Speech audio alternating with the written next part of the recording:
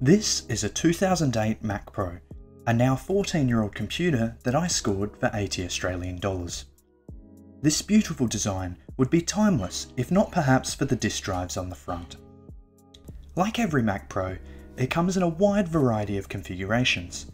This particular model came equipped with the standard ATI Radeon 2600 XT, 2GB of 800MHz DDR2 ECC memory, optional second disk drive, and Airport Extreme wireless networking, and much to my dismay, the optional single CPU. It did appear to have some kind of expansion card in it at some stage, hence the free slot above the GPU. Also, just to mention, I did not receive a hard drive with this system, but it was likely the standard 7200 RPM drive, but we will never know. Getting inside a classic Mac Pro is a pleasantly easy experience. These old Mac Pros even featured the ability to lock the system, which was probably a necessary feature, given that these were workstation machines often used in workplaces and schools. Once inside, you'll find the components neatly arrayed in an unusual configuration to what you would typically find in a standard tower. The Mac Pro features a heavily modular design with minimal tools required to completely disassemble the system. In fact, in mere seconds, I can have half of the components out of the system. This makes it very convenient to service and upgrade the system, which would have been a great thing to have in the professional scene that this computer was designed for. Today, we are going to be heavily upgrading this Mac Pro to bring it more up to standard with modern systems. I will be adding a 500GB SSD, 32GB of RAM, a second Xeon CPU and heatsink, and installing a more modern GTX 680 graphics card. This will bring the system close to its maximum potential without breaking the bank. To start, we will install the second Xeon E5462. I'll apply some fresh thermal paste to the original CPU, as well as giving the whole system a good dusting while I'm in here. Next, I'll replace the old stock 2GB of RAM with a fresh 32GB set. This particular set is not ECC and does run at a lower 667MHz. However, this system will run perfectly fine with non-ECC memory, and it is unlikely that the lower clock speed will affect any real-world performance during my usage. Next, I installed the SSD. You can buy conversion brackets for the 3.5-inch drive caddies, or even aftermarket caddies that support 2.5-inch drives. I opted for the duct tape solution, since it'll hold in place nicely and the SSDs don't weigh very much anyway. Finally, I'll install the GTX 680. To do this, I'll need PCI power cables, since the standard card does not need PCI power. These are easily installed on two 6-pin motherboard connectors. The EVGA GTX 680 was originally supported by Apple, however you required the Mac Edition card. However, you can flash the standard card with the Mac BIOS as I have done, resulting in full native Mac support. To finish, I will give the system a good clean. This Mac appears to have seen a lot of use, with quite a few scratches and dents along the case. It appears to have been pressed up against something on one side. I gave the system a good wipe down with some isopropyl alcohol and gave the entire machine a good dust with a brush. I did a lot of this off camera as it was incredibly dusty and dirty and took quite a while to clean up. The finished product came up pretty nice, a few of the scratches came out and most aren't too noticeable at any sort of distance. I really like how it looks now it's been updated, especially since the silver RAM matches the case. The system boots up in about 20 seconds or so, which is quite quick. Navigating through macOS, jumping from window to window, and launching various programs is a perfectly smooth and usable experience. Browsing the internet is a pleasant experience on this machine. Even the fairly intense Apple website ran buttery smooth on Safari with no issues at all.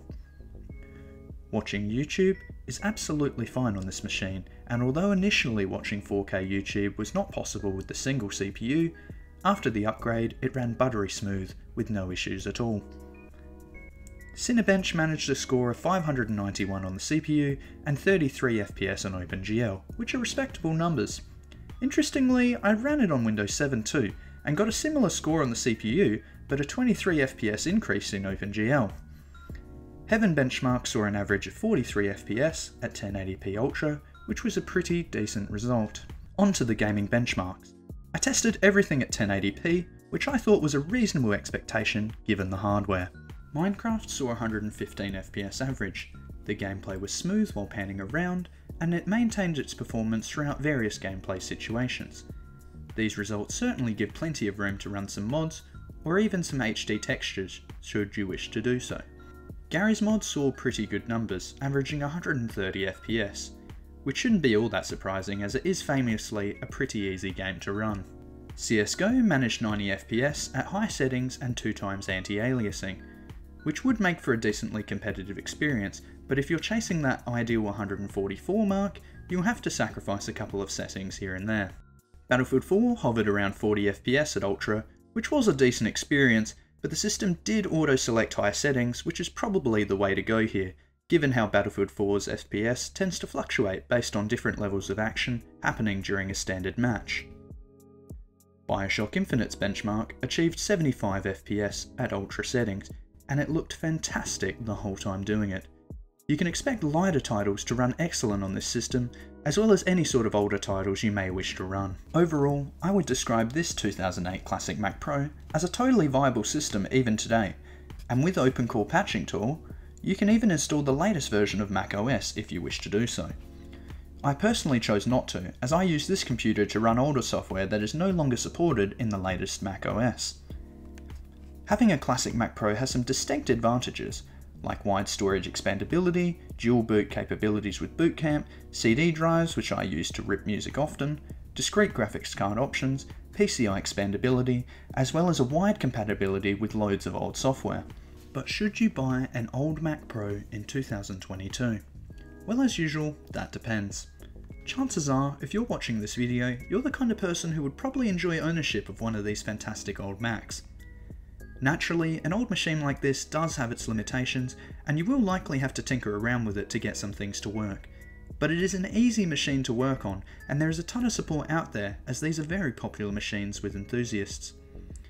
Anything you need to know about upgrading a Classic Mac Pro of any model can be found on the definitive Classic Mac Pro guide, which I have linked below. They have done all the research over the years, so you don't have to.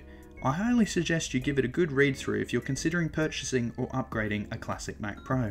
Back in 2008, these systems started at a whopping 4,000 Australian dollars, roughly $5,000 today. I picked up my system for $80, but with all the upgrades I've done, it comes to a total of $450, which is hardly small money for a 14-year-old computer.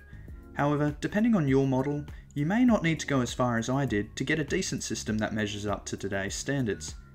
I went primarily for the best price versus performance build, given the specs of my specific machine. You could easily save money in some of these areas, or even just go all out and buy the best supported CPUs, the maximum 64GB of RAM this model supports, as well as a ton of way stronger GPU options out there. I personally plan to source the two missing drive caddies that didn't come with my system, add a USB 3.1 card, and maybe one day score a good deal on a stronger graphics card, as that appears to be the weakest point of my system as it currently sits. If you are looking to purchase a Classic Mac Pro, definitely shop around. These Classic Mac Pros come in a variety of models and configurations, and given the price of upgrading some individual components, it may pay to buy a better system out of the gate rather than upgrade a poorly spec'd one. So do your research first, but if you can find a good deal on a 2008 model or better, you won't be disappointed. Thank you for watching the video. I hope you enjoyed seeing what an old Classic Mac Pro is capable of even today. If you did enjoy the video, please feel free to give it a like and leave a comment down below, and I'll hopefully see you in the next one.